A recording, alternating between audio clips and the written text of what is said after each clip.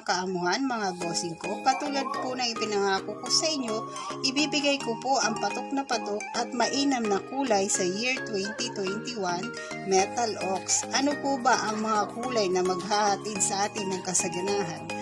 Ang white, silver, purple, yellow gold, gray, and blue. Bukod po sa Metal Oaks na kulay, meron pa po tayong 4 na kulay na dapat nating bigyan pansin at mainam na kulay sa year 2021. Ano po ba ang mga ito?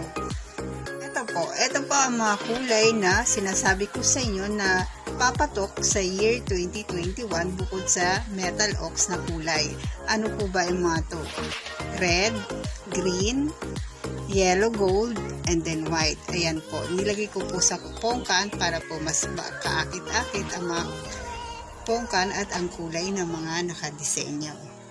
Ayan po ang 4 na kulay na ibinigay sa akin ng isang babae na nagtitinda ng keychain at pilit kong inaalok sa akin ang mga kanyang paninda. So, una-una ko kong nakita, red, green, yung yellow tsaka yung white, magkasama po yun sa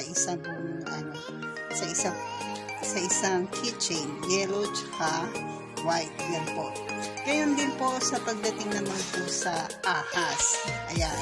Ang ipinakita naman po sa akin nun is yellow and then white. Yun po yung katawan niya na nagkukorting may mga yellow na kulay na yan, katulad na ako sinabi ko sa inyo sa mga calling cards, sa mga businesses nyo, sa mga design.